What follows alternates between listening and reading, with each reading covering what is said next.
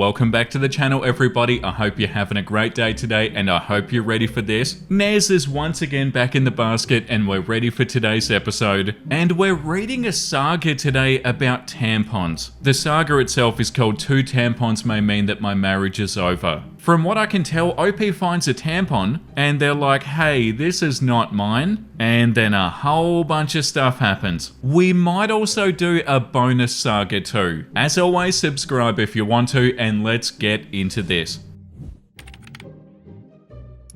I, 29 female, have been with my husband, 30 male, for 7 years and married for 4. I've never had reason to suspect that he was unfaithful to me or even remotely dissatisfied with our marriage. He likes to joke that we're still living the honeymoon phase, nearly 5 years and 2 kids in. I wouldn't have questioned that or him were it not for a surprise that I found in his car last month. When buckling our daughter into her car seat, I noticed something slotted between the cushions. I pulled it out and I saw that it was a tampon. This wouldn't have been so unusual had I not had an IUD that has stopped my period for the past year, and I didn't even recognize the wrapper style. I then brought it to my husband's attention and he didn't seem to understand what it was, let alone why I was holding it, until I told him where I'd found it and why I was almost certain that it wasn't mine. He shrugged and said that it probably belonged to his co-worker Fiona. It's not uncommon for my husband to carpool to lunch with his co-workers, and we're both fairly close to Fiona and her husband. So yeah, I figured it was entirely possible the tampon had slipped out of her purse whenever he had driven them or offered her a ride. No big deal. Okay, something tells me that it is gonna be a big deal because this keeps on going a lot. So it definitely doesn't end there. So I put it out of my mind until we had dinner with Fiona and her husband a couple of weeks later. I had sincerely wanted to believe my husband. I just couldn't get over the way that it had been tucked in the seat and how my husband had seemed not to have any regard for it whatsoever. Maybe playing dumb? I don't know. I did something that I now feel kinda crazy for doing. I faked an emergency and I asked Fiona if she had any tampons while we were out together. She handed me one that was almost identical to the tampon I'd found in our back seat. And I breathed a sigh of relief. So the tampon there was probably the same tampon here. And in all likelihood, there was an innocent explanation as to why it had been left in the backseat in the first place. I thought I'd seen the last of the out-of-place feminine hygiene products. No, OP finds more?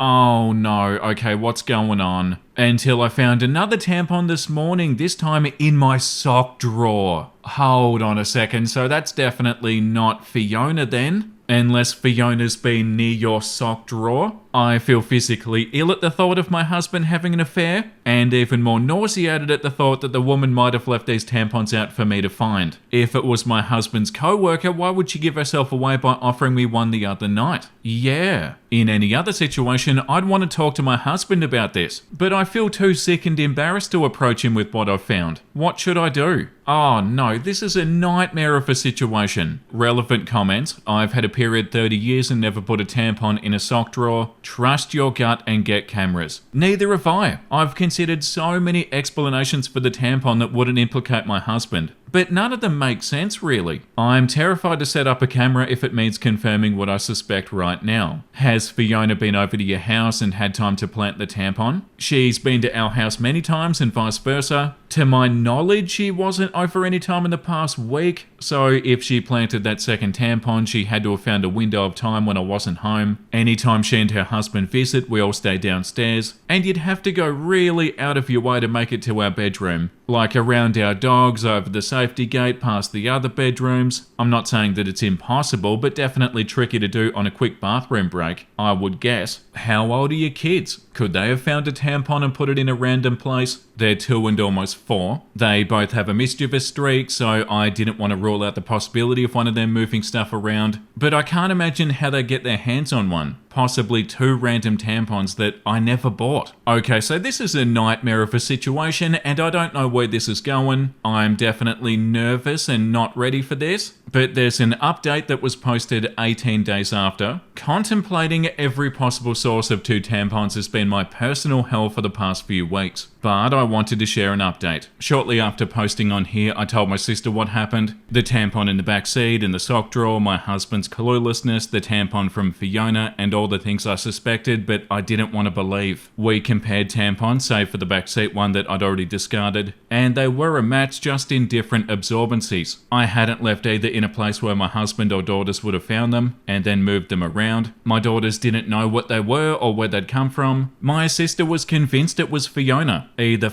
my husband with me or both. Direct confrontation of either party still seemed like a bad idea, so she suggested inviting Fiona and her husband over for our Labor Day barbecue. Unfortunately, they already had plans. My sister and I agreed that it was too soon for cameras without any other evidence, so it was just a waiting game from there. Watching my husband for any changed behaviour, there was none. Our house for any misplaced or foreign items, there were none. And even the girls for any new friends they might have met. My sister's husband was adamant on this last point, and partly why he was inclined to believe that the tampons were harmless. If anything had been happening in or around the home, he said, it'd be nearly impossible to keep it from me and the girls. Since my husband was the one taking them to and from daycare and most other activities during the week, I felt a good bit of consolation in that. It wasn't until my younger daughter too came down with something last week that I felt any differently. I wanted to be the one home taking care of her, but my husband insisted that I stay at work while he stayed home with her. I was okay with that. My sister and her husband figured that it was a good sign that he'd take the time off at a moment's notice, and at that point we were already beginning to put the tampon fiasco behind us. By day 3 or 4, I was just happy to see a near healthy child and a husband who was helping see her through it. Toward the end of that week though, I came home to something strange. The toddler that I'd left that morning in an old PJ set was now dressed in a onesie that I'd never seen before, with a tiny clip in her hair. What the hell is going on? OP comes home and their daughter is wearing clothes that they've never even seen before. What?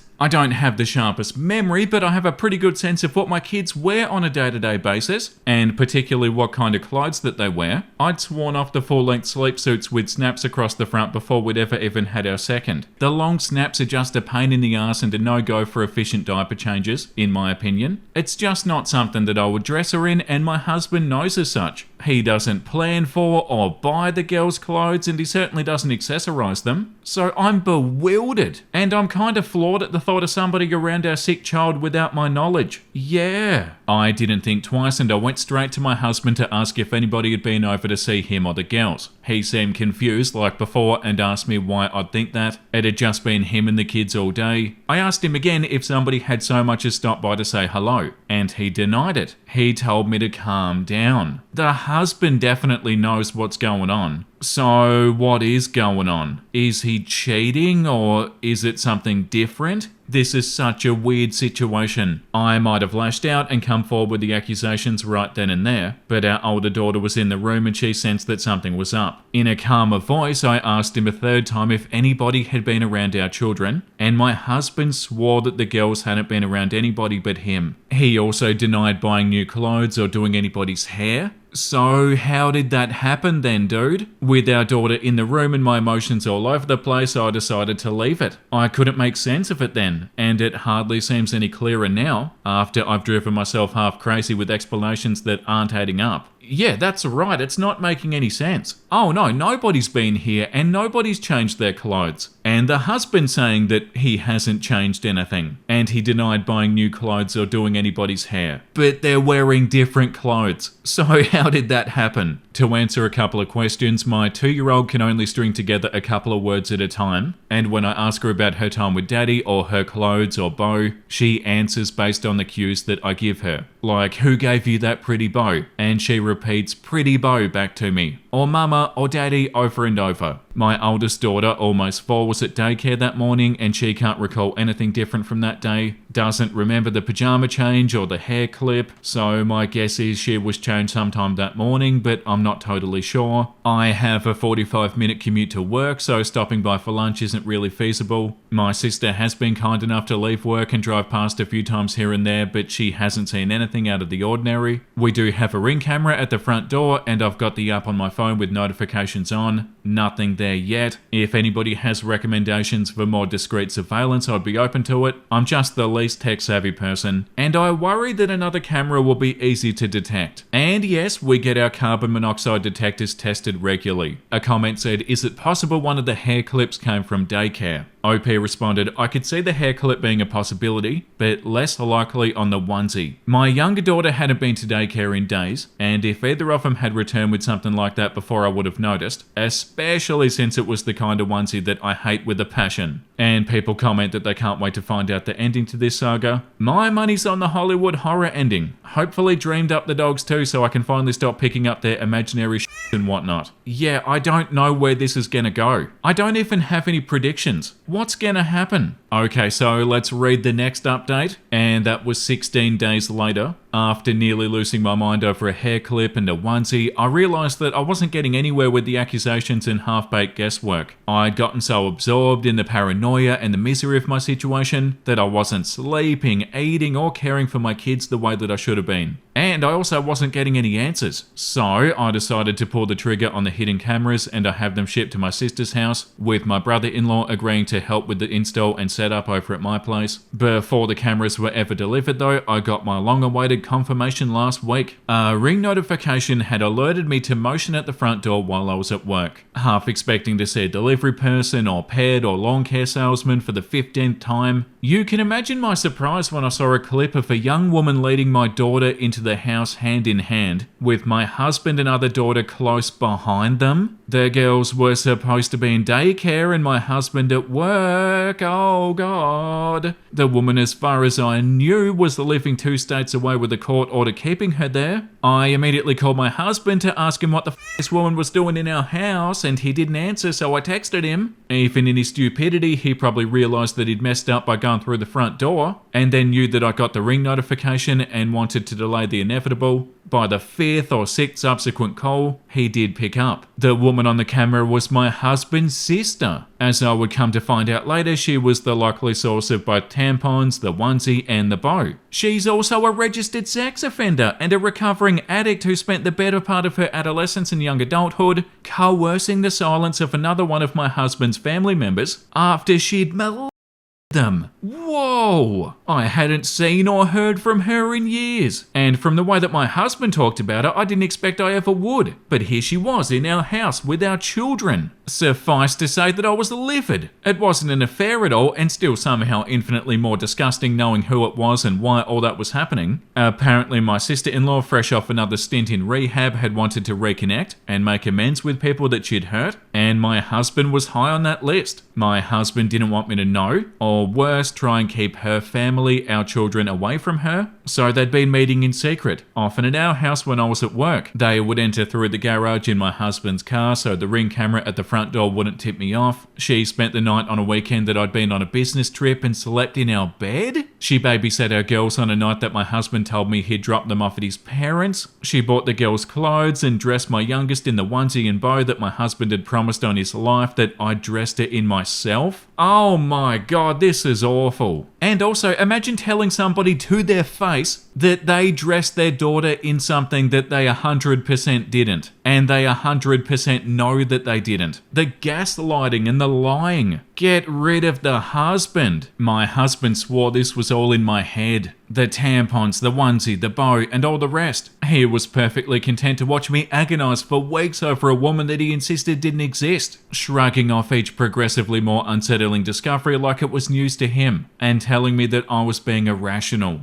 He insinuated that I was experiencing postpartum depression 2 years after I'd given birth. 4 years after I'd told him that one of my biggest fears for motherhood was to suffer postpartum depression, like my mother had with me, to not be fully present for our babies and to be left with a world of guilt and regret as they grow older. He told me that I wasn't sleeping enough, that I missed the girls too much, that I needed to take a step back and reevaluate the state of my mental health. I gave him the benefit of the doubt because he was my husband, and because no other version of events made sense. Now, after a month of this mind I have nothing to show for my trust but this pathetic situation and a lot of anger. One of the relevant comments says, call the cops and a lawyer. And OP said, already on it, believe me, we're going scorched earth with this motherfucker. Yeah, like this comment says, okay, this is a good example of actual gaslighting. Yeah, how horrible. And also, that's the end of the saga. We don't have any more information. We don't know if anything else happens. Like, what happened after this? The second top comment says, I hope the dad's not trying to get custody. OP's lawyer's gonna have a field day with the fact that he brought a sex offender in contact with his children. Okay, I don't even know what to say, and OP's profile is deleted, so I don't have any more information. I'm at a loss for words. What did we just read? Yeah, I did not see that coming. I thought for sure that he was cheating. Okay, that's all the information I have, so yeah, I guess we're gonna do a bonus saga. I've been having a hard time finding any sagas that are super long, so yeah, we'll do a bonus saga today. I feel like a couple of sagas in an episode's not bad. It was only getting confusing when I'd read like 10 different stories in an episode. That was too much. And this one I'll be calling the Chewbacca Saga. This one definitely looks interesting. My girlfriend, 23 female, is threatening to break up with me over a prank that I, 24 male, pulled on her and her family. This past weekend was the big camping trip that my girlfriend would be taking with her and her family. It would consist of her, her parents, her younger sister, her aunt and uncle, and 3 cousins, and it was a big family trip that was being planned for cooler weather. My girlfriend told me all about where they'd be camping, and I decided to take advantage of that knowledge. I visited my girlfriend's house to say goodbye to her and wish her a fun trip, and when they all took off in their cars, I got in my car and I drove to the campsite that they'd be staying at. I know the area pretty well, and I was able to find a spot to hide my car from view, and I was able to navigate the woods and keep an eye on them while remaining hidden from view. When it came to nighttime, I put on a Chewbacca costume and I ruffled it up to make it look like it was wild and untamed. While the family was gathered around the campfire, I started to rustle the bushes. The family noticed, but they didn't think much of it. Then I started to make growling noises. The family was getting noticeably freaked out, and then my girlfriend's uncle started to walk towards where I was hiding. As soon as he got close enough, I jumped out from behind the bushes and I started making roaring noises while running around acting like Bigfoot. I shook their tents, I threw lawn chairs around, I chased after some of the cousins. I heard my girlfriend's dad yell, "Get the gun!" And that's when I knew that I had to end the prank. I took off the costume, I revealed myself, and the entire family was pissed off. Long story short, I got yelled at by almost all of her family, and the noise attracted the campsite manager, who then kicked me out after hearing what happened. Today, I heard back from my girlfriend for the first time since the prank, and she said that she's seriously considering breaking up with me. She just said that she needs some time to think, and that she'll let me know when she's made her decision. Now I'm left wondering what to do. I'm thinking that I need to pull off a major apology, and I need some advice on what to say to save the relationship. Oh my god.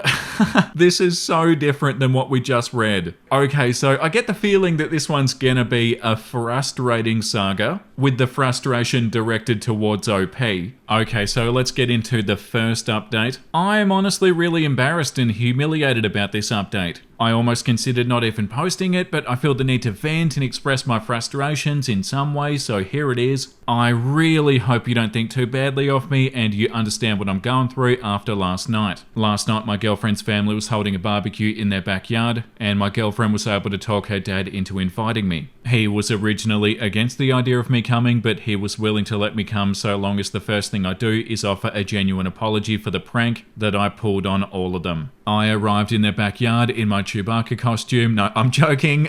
I arrived in their backyard and everybody that I pranked at the campsite was sitting at a table, and they were all clearly waiting for me to arrive. I sat down next to my girlfriend and I began my apology. I stated that my prank was ill-timed and immature and thoughtless, and I apologized for ruining their camping trip that they'd apparently been planning for some time. I tried to make it as genuine and sincere as possible, and when I was done, I waited for some type of response. There was a really long, awkward silence as the whole family just stared at me. Then the uncle whispered something in the dad's ear and they both burst out laughing, but I couldn't make out what he said. The dad then said that he didn't accept my apology, and then he told me to leave. My initial response was a very loud, "What the f***?" And that made things worse. My girlfriend's dad kept on telling me to leave, and I lost my temper. I swiped an empty plastic cup off the table, and I said to the family, "Fine, f*** all of you. while flipping them all off with both middle fingers. Wow. So yeah, this one's gonna be a roller coaster ride. As I was leaving the backyard, my girlfriend called up to me and said that she was breaking up with me. She said I was too immature and impulsive, and she said that she wants me to leave her and her family alone. I tried apologizing to her profusely. I kept on saying, "Babe, I'm sorry, just give me another chance and I promise I'll be good, I promise." I kept on saying this over and over, but she said that she's given me millions of chances and that she can't fix me. She then walked off and I did something that made things even worse. I yelled at her, calling her a bitch, and then I started kicking and punching their wooden fence that separates their front and backyard. I knocked down part of the fence and then I left. That's what she was just talking about, being immature and impulsive. All of that happened last night and I feel like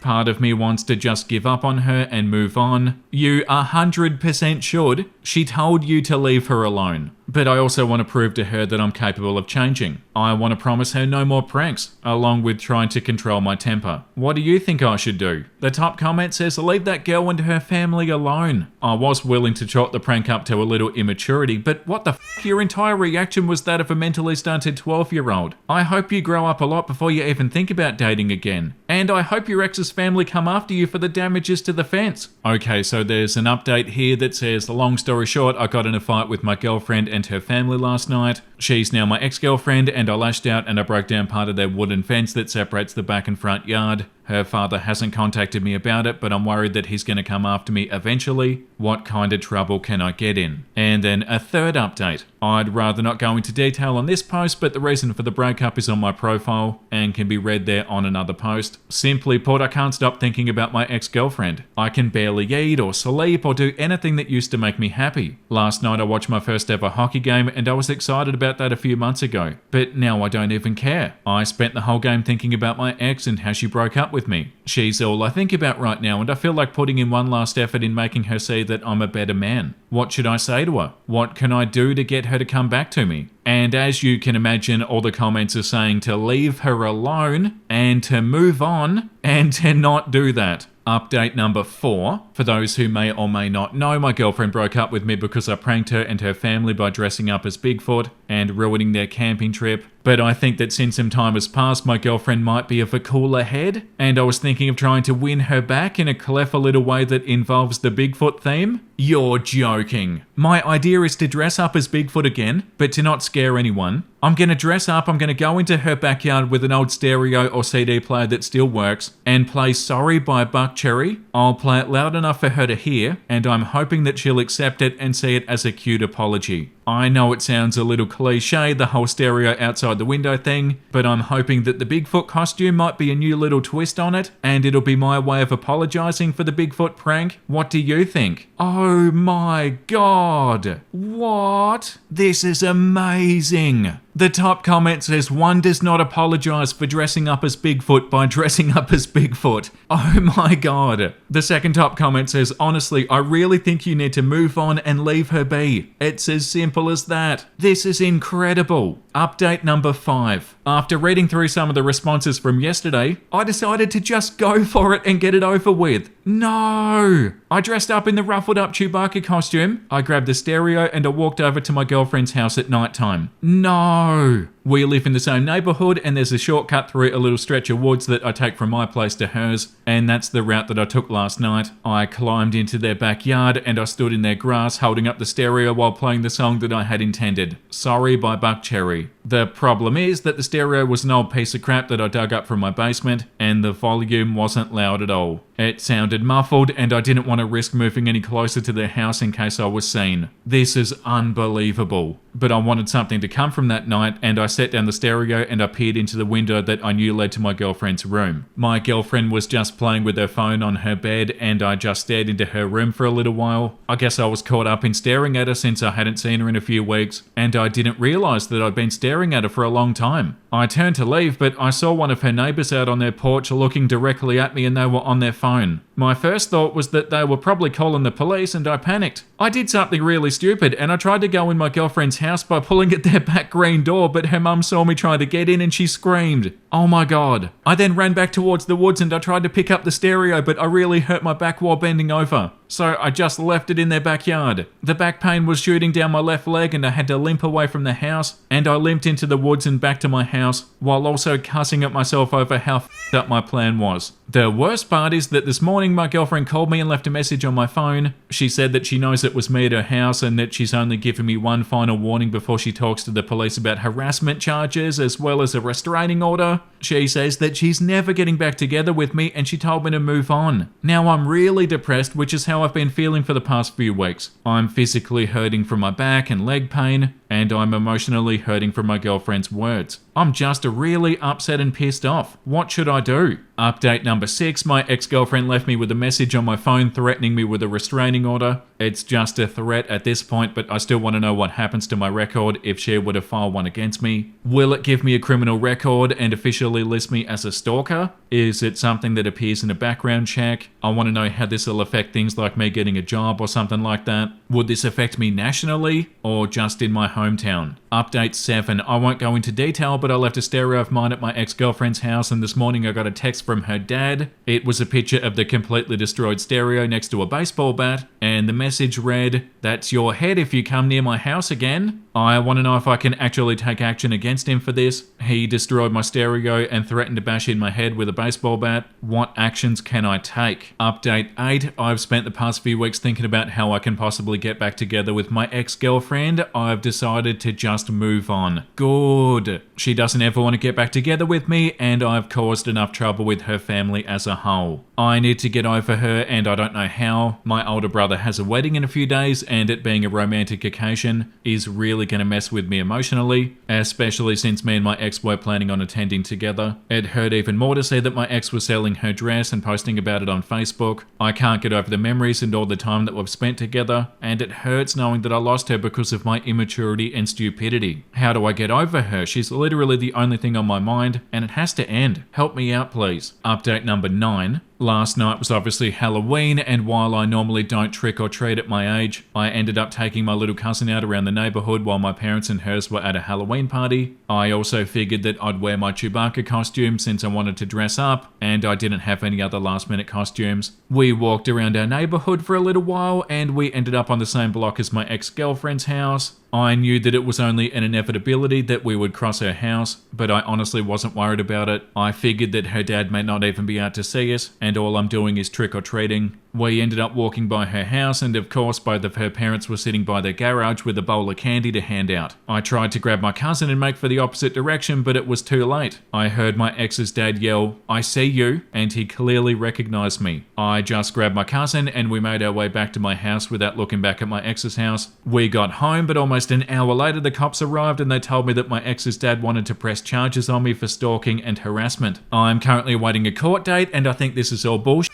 I didn't have any premeditated plans to go near their house, nor did I have any intent with their property. I was simply trick-or-treating with my cousin, and we just happened to come across their home. The dad simply acts as if he's king of the block, and he can dictate who walks in the area. What can I do to prepare for my court case? What arguments can I make? I wasn't stalking the house last night, and I wasn't planning on doing anything. I simply walked by it by trick-or-treating, and the dad threw a fit. What can I do? Update number 10, it's been a little over a month since my girlfriend broke up with me over a prank that was admittedly my fault. It was a damn immature move on my part, and I've accepted the consequences. That being said, I'm now in serious legal trouble over what happened a couple of nights ago on Halloween. I ended up walking by her house while taking my cousin trick-or-treating, and her dad saw me. He's now pressing charges for harassment and stalking, and I'm awaiting my court date. Last night my ex texted me and she was clearly drunk. A lot of her texts were either gibberish or in poor grammar, but I could make out what she was communicating. Basically, she was celebrating me having charges pressed against me, and she was texting stuff like, "I hope you rot in jail and lock him up." I responded with text of my own. I called her names like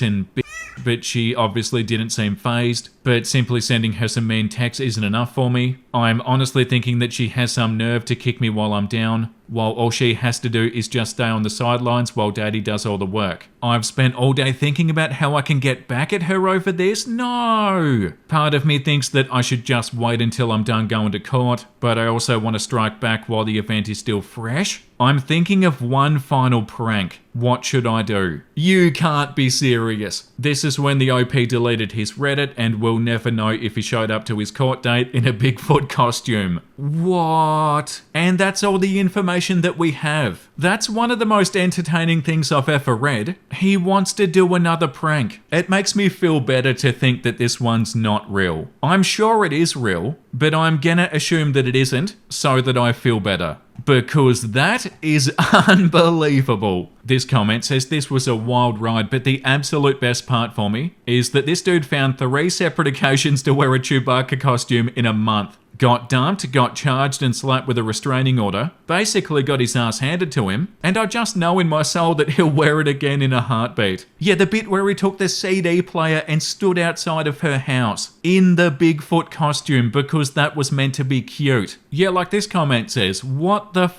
yeah, what? This one is so interesting. That was so fun to read. I can't believe the standing outside her window in the Bigfoot costume holding a CD player, playing a song that says I'm sorry. I didn't expect the ending of the first saga, but I didn't expect anything in this one. That was ridiculous. This is my favorite sentence. I'm trying to win her back in a clever little way that involves the Bigfoot theme. Like what? No, that's not a good idea, and it wasn't a good idea. And the fact that you wanted to keep on doing that too. And like that comment said, kept on finding ways to use the Bigfoot costume. Yeah, like this comment says, after reading through some of the responses from yesterday, I decided to just go for it and get it over with. I got curious if the comments were being mean by egging him on, and I checked. Nope. Everyone told him to not do it. Yeah, every single comment was like, no, don't do that, don't go anywhere near her, leave her alone. But the OP said after reading through some of the responses, I decided to just go for it. When every single response was telling him not to. Somehow still felt like it was a good idea. That's unbelievable. This comment says too long didn't read. My girlfriend broke up with me because I was immature and impulsive. I spent the next month totally proving her right in multiple different ways. Yeah, but didn't realize that he was. I could not stop reading that. That was so entertaining to read. But that's all I've got for today, so let's read something wholesome. I hope you had a great time today, guys. I buy things that beautify my life. Even if I'm having a bad day, I can boil water in a beautiful kettle, make coffee in a gorgeous cup, stir it with a cute teaspoon, sit on a lovely couch in a living room that smells divine. What a tragic day. But look at this teaspoon. That is so beautiful, and I feel like that makes sense. Like that would definitely work. Today has not been very good, but look at this beautiful teaspoon. That's actually smart. Thank you for watching today's episode, everybody. I hope you had a great time today. And if you did, make sure you let me know down below in the comments and subscribe if you want to. And the comment of the day goes to DInactive101. My cat stole my gravy while I watched this because I was that invested. That is so unbelievably cute. Your cat stole your gravy? How does your cat steal your gravy? Like your cat put its paw in the gravy? I'm sorry that happened to you, but that's so funny. Thank you for being so invested in my videos that this happened. I really appreciate the support. And say hello to your cat for me. Okay, I'm out of here. Thank you for the support, everybody. I really appreciate it. Make sure you look after yourself and make sure you have a beautiful, amazing rest of your day. And I'll see you in the next episode. Bye.